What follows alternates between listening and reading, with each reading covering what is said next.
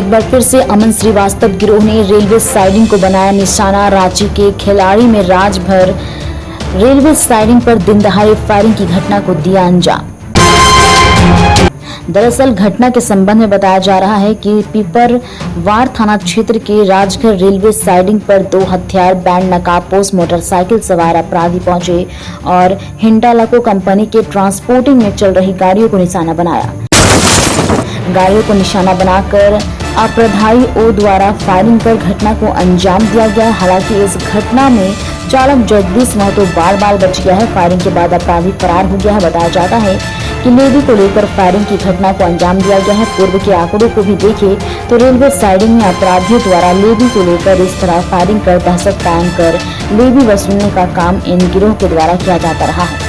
Firing की जिम्मेदारी अमन श्रीवास्तव गुरु ने ली है। फायरिंग की घटना की सूचना पर टंडवा डीएसडीपीओ प्रभात रंजन बरवार घटना स्थल पर पहुंचकर छानबीन की। कई लोगों से पूछताछ भी की। उन्होंने बताया कि यह नक्सली घटना नहीं, कुछ संगठित अपराध गिरोह द्वारा फायरिंग की घटना को आज देने की बात सामने आ रही है, लेकिन इस पर कुछ भी कहना जल्दबाजी होगी। छानबीन के बाद ही जल्द ही मामले का खुलासा किया जाएगा।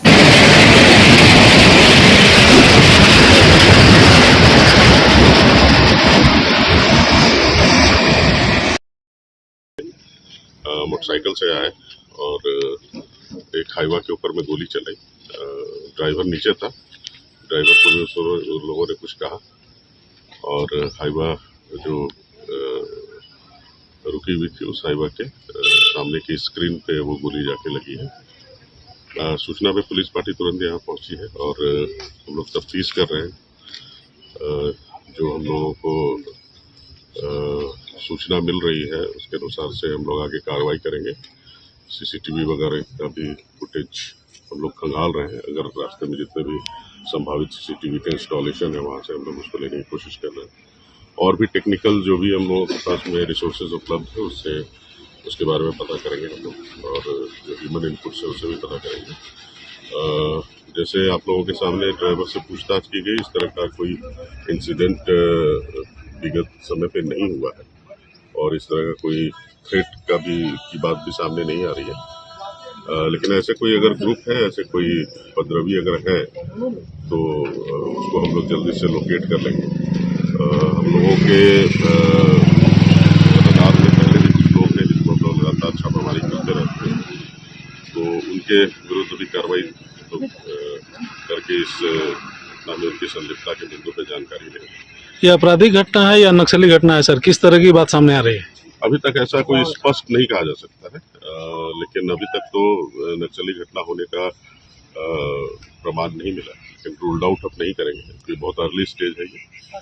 इसको देख लिया जाएगा कि इसमें क्या किसकी संलिप्तता है, लेकिन अभी तक जो ऐसा समझ में आ रहा है तो ऐसा कोई नक्सली या किसी इस तरह के स्प्लिटर्स ग्रुप्स का घटना सामने नहीं है ऐसा लगता है। कुछ लोग हैं जैसे कि आपको पहले बताया कि कुछ लोग हैं जो कि कुछ पेटी क्रिमिनल्स हैं जो कि इस तरह के एक्टिविटीज़ में इन्वॉल्व रहते हैं, जो हमारे जानकारी में भी हैं और हम लोग लगातार उनके पीछे पड़े हुए हैं। उनकी संलिप्तता के बिंदु में हम लोग पूरी तरह से देखते हैं कि उनका क्या इन्वॉल्वमेंट इसमें है और हम लोग कोशिश करेंगे कि जल्दी से जल्दी इसको उद्भेदन करते हुए उनकी गिरफ्तारी कर लें।